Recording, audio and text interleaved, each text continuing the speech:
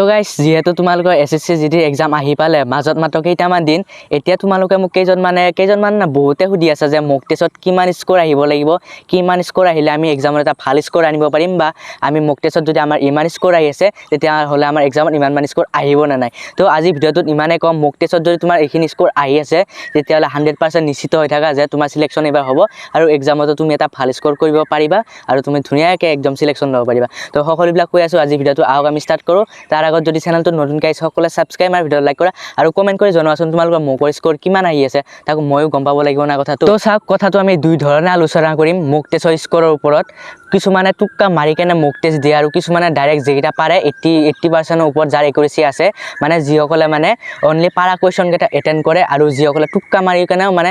গুটেকেইটা question attend কৰে সেই মানে এই দুইটা ধৰণে আমি আলোচনা কৰিম তেতিয়া আপোনালোকে সঠিকটো গম পাব আপোনালোকৰ কোনটো ক্যাটাগৰী হয় যদি টুক্কা মাৰে আৰু যদি টুক্কা নামাৰে অনলি পাৰাখিনি কৰে তেতিয়া যদি আপোনাৰ এইখিনি স্কোৰ আহি আছে তেতিয়া সিলেকশন হ'ব আৰু টুক্কা মাৰি কেনে যদি তোমাৰ এইখিনি স্কোৰ আহি আছে 100% সিলেকশন হ'ব আৰু এটা ধুনীয়াকৈ মই আপোনালোকক বুজাই দি আছো ভিডিওটো অলপ স্কিপ নকৰিব আৰু এটা কথা মই আগতে কৈ দি আছো তোমাৰ মোক টেষ্টৰ স্কোৰৰ লগত কেতিয়াও তুমি এক্সামৰ স্কোৰ মানে কম্পেয়াৰ নকৰিবা কাৰণ এক্সামত অলপ হলে স্কোৰ ইমপ্ৰুভ হয় কেতিয়াও কমি না যায় বহুত কমত হে কমি যোৱা দেখা যায় বহুত কম চান্স আছে আৰু এক্সামত মুগৰ পৰা স্কোৰ কম আহা তো কেতিয়াও কম্পেয়াৰ নকৰিবা SSC GD মানে এক্সামৰ হেৰি লগত স্কোৰৰ লগত মোক টেষ্টৰ স্কোৰ তো হলেও তোমালোকক মই এটা কম্পেৰিজন কৰি দেখাই দি আছো ধুনীয়াকৈ কৈ দি আছো কিমান মান স্কোৰ আহিলে তোমালোকৰ সেফ ৰেঞ্জত থাকিবা মোক টেষ্টত বা টুক্কা মাৰি কিমান স্কোৰ আনিব পাৰিলে তোমালোকৰ এক্সামত ইমান মান মাৰ্কস আহিব আৰু বা তুমি পাৰাগিটা কৰি টুক্কা মাৰি এক্সামত কিমান মান মাৰ্কস আনিব পাৰিবা হেতু কৈ আছো তো চাও এতিয়া মই ফাৰ্ষ্টতে কৈ আছো টুক্কা মাৰি কিনে তোমালোকৰ কিমান মান স্কোৰ আহিলে এক্সামত ইমান মান স্কোৰ আহিব ভাল এটা স্কোৰ আহিব তো চাও যদি টুক্কা মাৰি কিনে তোমালোকৰ স্কোৰ 80 ৰ পৰা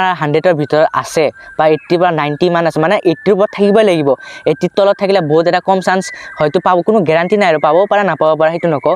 নাপাও বুলি নকও আৰু পাবও পাৰা কিন্তু 80 ৰ তলত যদি টুক্কা মাৰি কেনে মুকত যদি তোমাৰ স্কোৰ আহি আছে টুক্কা মাৰি কেনেও তেতিয়া তোমাৰ বহুত কম চান্স আছে যে তোমাৰ সিলেকশন হ'ব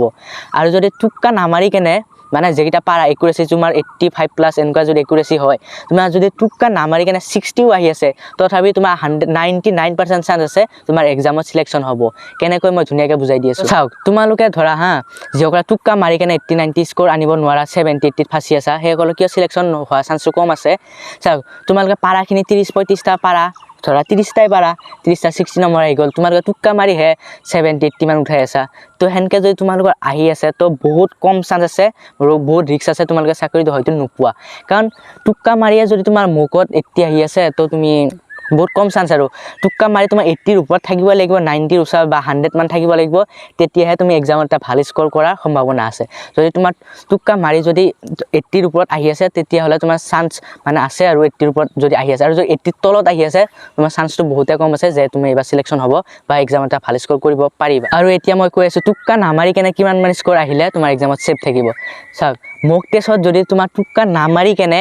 60+ আহি আছে বা 60ও আহি আছে তেতিয়া তুমি এক্সামত এটা ভাল স্কোৰ আনিব পাৰিবা 80+ স্কোৰ আনিব পাৰিবা কিয় জানে মোক টেষ্টত তোমালোকে মডাৰেট পেপাৰ থাকে এক্সামত অলপ ইজি হয় PYQ হেৰি মোক টেষ্টত লগাও সেই কলে জানা মডাৰেটত অলপমান মানে মাৰ্কস কমে 5 10 মান কমে আহে মানে PYQ লগাইলে 5 10 20 মান বেছি মাৰ্ক আহে তো সেইটো হিচাপত যদি আমি চাও তেতিয়া হলে আমি এইটো গম পাও যে এক্সামত তোমালোকৰ যদি মোক টেষ্টত 60 আহি আছে ধৰা কোনো টুক্কা নামাৰাকে আৰু মোক টেষ্টত যদি তোমাৰ 60 আহি আছে টুক্কা নামাৰাকে এক্সামত তোমাৰ 65 70 মান আৰামছে আহি যাব আৰু যেতিয়া তোমালোকে টুক্কা লগাবা তাতে আৰু 20 25 মাৰ্ক এটা আৰামছে প্লাস হৈ যাব বা 15 মাৰ্ক এটা যদি প্লাস হৈ যায় তেতিয়াও ধৰা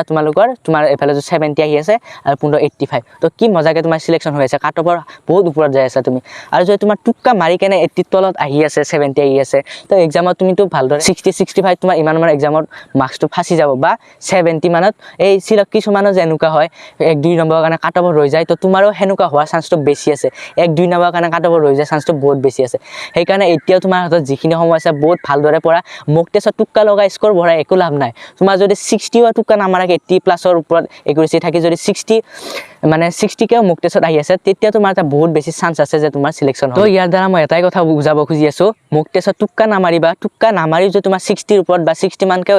স্কোৰ আহি আছে তুমি এক্সামত আৰামছে 80+ কৰিব পাৰিবা আৰু এক্সামত 80+ কৰিলে তোমাৰ আৰামছে সিলেকশন হৈ যায় আছে আৰু যিসকল টুক্কা মাৰি কেনে 80 আহি আছে ভাবিছা সেইসকল টুক্কা মাৰি কিমান ৰকমৰ কিমান টেকনিক লগাই টুক্কা মাৰি কেনে 80 আনি আছে কিন্তু এক্সামত সিমান টেকনিক লগাব তোমাৰ কাছে টাইম নোপোৱা আৰু যদি হেৰিং মতে তোমাৰ প্ল্যান মতে যদি এক্সামত নহয় তো তোমাৰ দেখা দেখি ফেল হৈ আছে তো এতিয়া সময় আছে টুক্কা মোক টেষ্টত টুক্কা নলগাবা আগতে লগাইছিলা যদি সেইটো বেলেগ আছিল কিন্তু এইটো মেইন সময় এক্সামৰ সময়ত টুক্কা নলগাবা যিখিনি পাৰা একুৰেচি 80 ৰ ওপৰত ৰাখা 80 85 80 এনেকুৱা একুৰেচি থাকিলে তোমাৰ যেহেতু স্কোৰ 60 ওপৰত আহি আছে তো ধুনীয়াকৈ তোমাৰ এক্সামত 80+ আনিব পাৰিবা আশা কৰোঁ সকলোৱে বুজি পালে এতিয়া তোমালোকৰ মগত কিমান স্কোৰ আহিলে টুক্কা মাৰিলে কিমান স্কোৰ আহিলে সেবত থাকিবা 85+ বা 80+ যদি তোমাৰ টুক্কা মাৰি কেনে আহি আছে 80 ৰ ওপৰত থাকিব লাগিব তেতিয়াহ'লে তোমাৰ এক্সামত হয়তো সিলেকশ্যন হ'ব পাৰে হলো অলপমান হলো ৰিস্ক থাকি যায় কিন্তু যদি তোমাৰ টুক্কা নামাৰি কেনে 60+ আহি আছে তেতিয়া তোমাৰ 99% চান্স আছে তোমাৰ সিলেকশ্যন হ'ব কাৰণ এক্সামত টুক্কা অবভিয়াসলি মাৰিবা আৰু টুক্কা কেনেকৈ মাৰিব লাগে মই কৈছোঁ ভিডিঅ'বিলাক চাই ল'বা যেন কেনেকৈ টুক্কা নামাৰিবা নহ'লে কিন্তু লাষ্টত আৰু মাৰ্কছ কমি যাব তোমাৰ তো টুক্কা মাৰা অলপমান সাৱধানে যেন কেনেকৈ টুক্কা নামাৰিবা বাকী চিন্তা নাই 0.25 নেগেটিভ মাৰ্কিং আছে ইমান এটা নেগেটিভ মাৰ্কিং নাই 4টা কুৱেশ্যন ভুল গ'লে 1 নম্বৰ মাত্ৰ 8টা কুৱেশ্যন ভুল গ'লে এটা কুৱেশ্যনৰ শুদ্ধ মাৰ্ক কাটিব এইটো ইমানো বেছি টেনশ্যন ল'ব লগা নাই আশা কৰোঁ ধুনীয়াকৈ বুজি পালে এতিয়া কিমান মান স্কোৰ মগত আহি থাকিলে তোমালোকৰ এক্সামত ইমান মান স্কোৰ আহিব আৰু সেভত থাকিবা তো গাইছ আজি ভিডিঅ'টো ইমানে আছিল চেনেলটো নতুন গাই সকলে সাবস্ক্ৰাইব মাৰা ভিডিঅ' লাইক কৰা এণ্ড কমেণ্ট কৰি কোৱা কাৰ কিমান মগৰ স্কোৰ আহি আছে টুক্কা মাৰি কিমান আহি আছে আৰু নামাৰি কেনে কিমান আহি আছে কমেণ্ট কৰি জনোৱা তো বাই বাই একদম বেলেগ ভিডিঅ' লগ পাইছোঁ